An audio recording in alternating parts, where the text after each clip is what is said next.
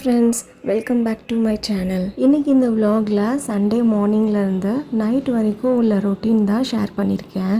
இன்றைக்கி வந்துட்டு சண்டே அப்படிங்கிறதுனால மார்னிங் ரொம்பவே லேட்டாக தான் எழுந்தேன். ரொம்ப நாளாகவே வெந்தயக்களி சாப்பிட்ணும் போல் இருந்தது.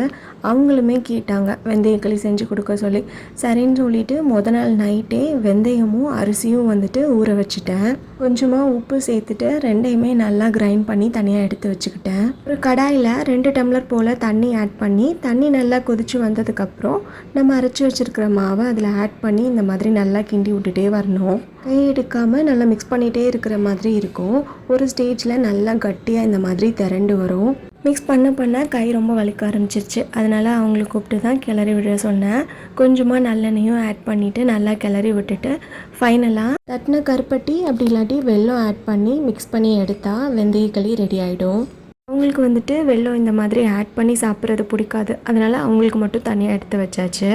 வெந்தயத்தில் நிறையா பெனிஃபிட்ஸ் இருக்குது. இது டைஜஷன் இம்ப்ரூவ்மெண்ட்டுக்கு, பிளட் சுகர் கண்ட்ரோல் பண்ணுறதுக்கு, reduces menstrual grams, lower cholesterol level, strengthen immune system, wait management எல்லாத்துக்குமே ஹெல்ப்ஃபுல்லாக இருக்குது. இதில் இருக்கிற ஆன்டி இன்ஃப்ளமேட்டரி ப்ராப்பர்ட்டிஸ் வந்துட்டு ஸ்கின் இஷ்யூஸை தடுக்கிறதுக்கும் ஹெல்ப்ஃபுல்லாக இருக்குது. ஹேர் க்ரோத்துக்கு அப்புறம் பாடியை கூல் பண்ணுறதுக்குமே ரொம்பவே ஹெல்ப்ஃபுல்லாக இருக்குது. நான் ஸ்கூல் படிக்கிற டைமிங்கில் 2 வீக்ஸ் ஒன்ஸ் வந்துட்டு சண்டே வெந்தயக்களி தான் அம்மா செஞ்சு கொடுப்பாங்க. அதுக்கப்புறம் அப்படியே காலேஜ் ஹாஸ்டலில் போயிடுச்சு. 3 இயர்ஸ் ஒர்க் பண்ணும்போதும் ஸ்டே பண்ணி தான் இருந்தோம். அங்கேயுமே மோஸ்ட்டாக இதெல்லாம் செஞ்சதில்லை. வெந்தயக்களி கூட நல்லெண்ணெய், அதுக்கப்புறம் கூட கொஞ்சம் சர்க்கரையும் வச்சு 3 பேருமே ஒட்டுக்காக சேர்ந்து சாப்பிட்டு முடிச்சிட்டோம். அடுத்ததான் வீட்டில் கொஞ்சம் க்ராசரி ஐட்டம்ஸ் இல்லை.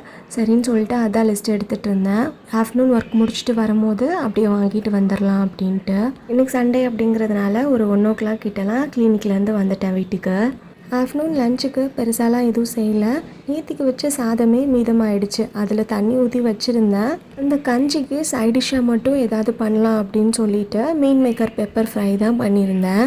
ஒரு கடாயில் ஆயில் விட்டு சோம்பு, பட்டை, கிராம்பு, பிரியாணி இலை, ஒரு பல்லாரி வெங்காயம் சின்னதாக கட் பண்ணி ஆட் பண்ணியிருக்கேன். இது நல்லா வதங்கினதுக்கப்புறம் தக்காளி ஆட் பண்ணிக்கலாம். தக்காளி நல்லா வதங்குறதுக்குள்ளே மீன் மேக்கர் வந்துட்டு ஸ்க்வீஸ் பண்ணி எடுத்து வச்சுக்கிட்டேன். மீன் மேக்கரை ஹாட் வாட்டரில் போட்டுட்டு கொஞ்சமாக சால்ட் ஆட் பண்ணிவிட்டு ஒரு கொதி வந்ததுக்கப்புறம் கூல் வாட்டரில் நல்லா வாஷ் பண்ணிவிட்டு இந்த மாதிரி ஸ்க்வீஸ் பண்ணி எடுத்து வச்சுக்கணும். இப்போது தக்காளி நல்லா வதங்கிடுச்சு. இப்போது 1 ஸ்பூன் மல்லித்தூள், 1 ஸ்பூன் மிளகாத்தூள் ஆட் பண்ணிவிட்டு நல்லா வதக்கி விட்டுக்கலாம். அதுக்கப்புறம் நான் இன்றைக்கி ஒரு 1/2 கப் போல் தேங்காய் பால் ஆட் பண்ணியிருக்கேன். தேங்காய் பால் நல்லா வற்றினதுக்கப்புறம் ஆயில் இந்த மாதிரி பிரிஞ்சு வரும். அந்த ஸ்டேஜில் மீன் மேக்கரை இதில் ஆட் பண்ணிக்கலாம். கூட கொஞ்சமாக தண்ணி ஆட் பண்ணிக்கிறேன். மசாலாவுக்கு மட்டும் கொஞ்சமாக உப்பு போட்டுட்டு தண்ணி எல்லாமே நல்லா அப்சர்வ் ஆனதுக்கப்புறம் ஃபைனலாக இதில் பெப்பர் பவுடர் வந்துட்டு ஆட் பண்ணிக்கலாம். பெப்பர் ஃப்ரை அப்படிங்கிறதுனால பெப்பர் மட்டும் கொஞ்சம் அதிகமாக தான் போட்டிருந்தேன். ஃபைனலாக கொத்தமல்லி இலை தூவிட்டு 1 ஸ்பூன் போல் நெய் ஆட் பண்ணி இறக்குனா ரொம்பவே டேஸ்டியான சோயா பெப்பர் ஃப்ரை ரெடி ஆகிடும். இன்னும் ஒரு 2 வாரத்தில் கோயில் திருவிழா இருக்குது. அதனால தான் நான்வெஜ் எதுவுமே எடுக்கலை. லாஸ்ட் வீக் என் ஹஸ்பண்டோட ஊர்லேயுமே திருவிழா. அங்கே போயிருந்தப்பயுமே நான்வெஜ் எதுவுமே சாப்பிடல. பட் அவங்க வந்துட்டு சிக்கன் பெப்பர் ஃப்ரை சாப்பிடணும் போல் இருக்குது அப்படின்னு சொல்லி சொன்னாங்க. நான் சாப்பிடல அப்படிங்கிறதுனால அவங்களுமே சாப்பிடல. அதனால தான் சரின்னு சொல்லிவிட்டு இன்றைக்கி சோயாவில் பெப்பர் ஃப்ரை பண்ணி கொடுத்தேன். 2 பேருமே சேர்ந்து சாப்பிட்டுட்டு கொஞ்சம் நேரம் தூங்கிட்டேன். ஒரு 4 o'clock கிட்ட தான் எழுந்தேன். 2 நாளாக துணி எதுவுமே மடிக்கல, அப்படியே போட்டு இருந்தது. பாப்பாவுமே நல்லா தூங்கிட்டு இருந்தா.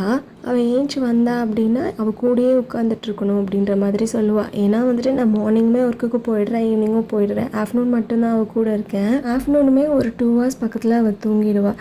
அந்த கேப்பில் ஒர்க்கை முடித்தாதான் உண்டு. அப்படி இல்லாட்டி அது அப்படியே கிடந்து போயிடும். பாப்பாவோட ட்ரெஸ் தான் கொஞ்சம் அதிகமாக இருந்தது. அவளோடது அப்புறம் என்னோடதையும் மடித்து எடுத்து வச்சுட்டு இவங்களோடது ஒயிட் ஷர்ட் ஒன்று இருந்தது. அதை கையோடு அயன் பண்ணிடலாம் அப்படின்னு சொல்லிட்டு அதையுமே அயன் பண்ணி எடுத்து வச்சுட்டேன். இந்த மாதிரி டைம் கிடைக்கும் போது அயன் பண்ண வேண்டியதெல்லாம் அயன் பண்ணி வச்சாதான் உண்டு. அப்படி இல்லாட்டி எங்கேயாவது வெளியில் கிளம்பும் போது நம்ம அவசரமாக அந்த ட்ரெஸ்ஸை எடுத்து அயன் பண்ணுற மாதிரி இருக்கும். அதனாலேயே இந்த மாதிரி அயன் பண்ண வேண்டிய ட்ரெஸ்ஸாக இருந்தால் என்ன ஆனாலும் சரி மடித்து பீரோக்குள்ளே வைக்க மாட்டேன். அயன் பண்ணிவிட்டு அதுக்கப்புறம் தான் வைப்பேன். நெக்ஸ்ட்டு ஆஃப்டர்நூன் வாங்கிட்டு வந்த க்ராசரி ஐட்டம்ஸ் எதுவுமே எடுத்து வைக்கல, அப்படியே பேக்கில் வச்சுட்டேன். அதையுமே எடுத்து ரீஃபில் பண்ணிடலாம் அப்படின்னு சொல்லிட்டு எல்லாத்தையுமே கவுண்டர் டாப்பில் எடுத்து வச்சுட்டேன். இதோட கண்டெய்னர்ஸ் எல்லாமே நேற்றே வாஷ் பண்ணி ட்ரை பண்ணி எடுத்து வச்சுட்டேன். எப்பயுமே வந்துட்டு க்ராசரி ஐட்டம்ஸ்லாம் வாங்கிட்டு வந்துட்டு அதுக்கப்புறம் தான் நான் வந்துட்டு கண்டெய்னர்லாம் வாஷ் பண்ணி ட்ரை பண்ணிவிட்டு அதுக்கப்புறம் ரீஃபில் பண்ணுவேன். ஸோ ரொம்ப டைம் எடுக்கிற மாதிரி இருக்கும். ஆல்ரெடி வாஷ் பண்ணி ட்ரை பண்ணி வச்சுருந்ததுனால இன்றைக்கி ரீஃபில் பண்ணுறது கொஞ்சம் ஈஸியாக தான் இருந்தது. நம்ம கடலப்பருப்பு வந்துட்டு ஒரு 1/4 கிலோ போல் தான் வாங்கியிருந்தேன். உளுந்து, பச்சை பயிறு, அப்புறம் வெள்ளை சுண்டல் இது எல்லாமே ஒரு 1/2 kg வாங்கியிருந்தேன். சுண்டல் வந்துட்டு ஒரு டைம் கருப்பு கலர், ஒரு டைம் வெள்ளை கலர் வாங்குவேன். ரெண்டுமே ஒரே டைமிங்கில் வாங்கும் போது ரொம்ப நாள் இருக்கும், வண்டும் வச்சிரும் அப்படிங்கிறதுனால. பாப்பாவுக்கு இப்போல்லாம் கிஸ்மிஸ் ரொம்ப பிடிக்குது. ஸோ அதையும் டூட்டி ஃப்ரூட்டையும் ஒரே பாக்ஸில் எடுத்து வச்சுட்டேன். முன்னாடிலாம் தேங்காய் சட்னி அடிக்கடி அரைப்பேன், இப்போ அவ்வளோவா அரைக்கிறதே இல்லை. அதனால ஒரு 1/4 கிலோ போல் தான் பொரிகளில் வாங்கியிருந்தேன். நெக்ஸ்ட்டு காஃபி பவுடர் வந்துட்டு மொத்தமாக வாங்கலை. இப்போ வெயில் காலம் அப்படிங்கிறதுனால காஃபி அவ்வளோவா குடிக்கிறது இல்லை.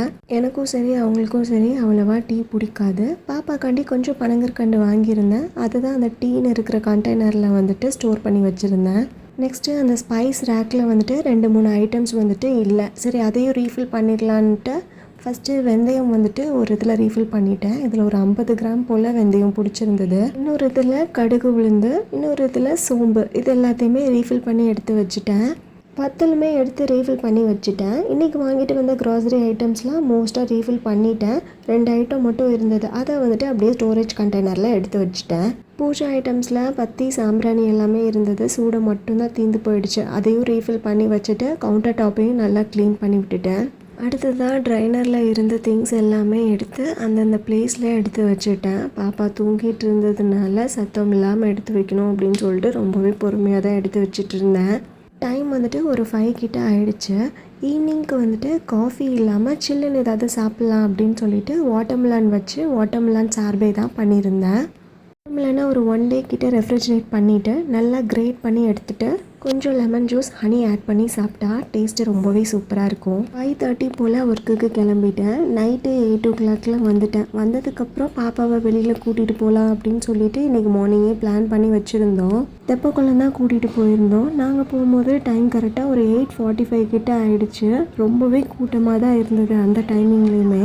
பாப்பா வீட்டுக்குள்ளேயே இருக்கிறதுனால அவளுக்கு ஒரு மாதிரி இருக்குமே அப்படின்னு சொல்லிட்டு தான் இன்றைக்கி வெளியே கூப்பிட்டு போகலாம் அப்படின்னு சொல்லி பிளான் பண்ணியிருந்தோம். முன்னாடிலாம் அடிக்கடி கூட்டிகிட்டு போவோம், இப்போல்லாம் சுத்தமாக கூப்பிட்டு போகிறதே இல்லை. நான் பிளான் பண்ணது என்னமோ கொஞ்சம் நேரம் அப்படியே வாக்கிங் போயிட்டு அங்கே ஏதாவது சாப்பிட்டுட்டு அப்படியே வரலான் தான். ஆனால் அவள் பார்க்குற எல்லாத்தையுமே வேணும்னு சொல்லி கேட்க ஆரம்பிச்சிட்டு இருந்தா. மாஸ்க்கை போட்டுட்டு பயம்படுத்திட்டு இருந்தா. நம்ம பயந்த உடனே நான் தான் பாப்பா தான் அப்படின்னு சொல்லிட்டு இருந்தா. அடுத்து அப்படியே ஹார்ஸ் ரைடு வந்துட்டு இருந்தது. ரொம்ப நாளாகவே அந்த வண்டி வரும்போதெல்லாமே அம்மா போகணும் அப்படி சொல்லிக்கிட்டே இருப்பாள். சரி இன்றைக்கி போகலாம் அப்படின்னு சொல்லிட்டு ரைடு ஏற்றி விட்டுருந்தோம். ஆனால் ஃபஸ்ட்டு நல்லாவே பயந்தா. அதுக்கப்புறம் அப்படியே பழகிட்டா. குதிரையெல்லாம் தொட்டு பார்த்துட்டு இருந்தா. அப்புறம் அவள் ஏஜ் பிள்ளைங்க எல்லாருமே உட்காந்துருக்கவும் அவளுக்கு அது ஓகேவாக இருந்தது. நான் வந்துட்டு சின்ன சின்ன விஷயத்துக்கெல்லாமே பயப்படுவேன். ஈவன் எலி, பல்லி, கருப்பம்பூச்சின்னா கூட எனக்கு ரொம்ப பயந்தான். நான் இப்போ இந்த குதிரை மேலே ஏறணுன்னா கூட பயப்பட தான் செஞ்சுருப்பேன். பட் அவள் ஸ்டார்டிங்கில் பயந்தாலும் அதுக்கப்புறம் நல்லாவே என்ஜாய் பண்ணிகிட்டு இருந்தா. அடுத்ததான் அங்கே இருக்கிற ரைடில் எல்லாமே போகணும் அப்படின்னு சொல்லி அடம் பிடிச்சி அழுதுட்டு இருந்தா. எப்படியாவது சமாளிச்சிடலாம் அப்படின்னு சொல்லி பார்த்தோம். எங்களால் சுத்தமாக முடியல, அழுதுகிட்டே தான் இருந்தா. அதுக்குள்ளேயே இருக்காளே, வெளியில் எங்கேயாவது கூட்டிகிட்டு போகலாம் அப்படின்னு சொல்லி தான் இன்றைக்கி கூட்டிகிட்டு வந்தோம். ஆனால் வெளியில் கூட்டிகிட்டு வந்தால் இருக்கிற எல்லாமே வேணும் அப்படின்னு சொல்லி கேட்டு அடம் பிடிக்க ஆரம்பிச்சிட்டா. என்னைக்காவது ஒரு நாள் தான் வர்றோம், சரி அவளை அள வைக்க வேணாமே அப்படின்னு சொல்லிட்டு இன்னொரு ரைட்லேயும் ஏற்றி விட்டுட்டாங்க. கொஞ்சம் விவரம் தெரிஞ்சதுக்கப்புறம் இவ்வளோ சேட்டெல்லாம் பண்ண மாட்டா, சொன்னால் கேட்டுப்பா அப்படின்னு சொல்லிட்டு இருந்தாங்க. நானும் சரி அப்படின்னு சொல்லிட்டு விட்டுட்டேன். ஆனால் இப்போ உள்ள குழந்தைங்க எப்படினாலும் அழுது அடம் பிடிச்சி ஒரு விஷயம் வேணும் அப்படின்னா கண்டிப்பாக அதை கேட்டு வாங்கிடுறாங்க. அதுக்கப்புறம் அப்படியே கிளம்பிட்டோம். நைட்டு டின்னருக்கு வெளியே சாப்பிட்டுட்டு வீட்டுக்கு ஒரு 10:30 கிட்டலாம் போயிட்டோம். இன்னைக்கு டே ரொம்பவே சூப்பராக போச்சு. பாப்பாவுமே ரொம்பவே என்ஜாய் பண்ணா. இந்த vlog உங்களுக்கு பிடிச்சிருந்தா லைக் பண்ணி நம்ம சேனலை சப்ஸ்கிரைப் பண்ணுங்கள். இன்னொரு vlogல பார்க்கலாம். பாய்.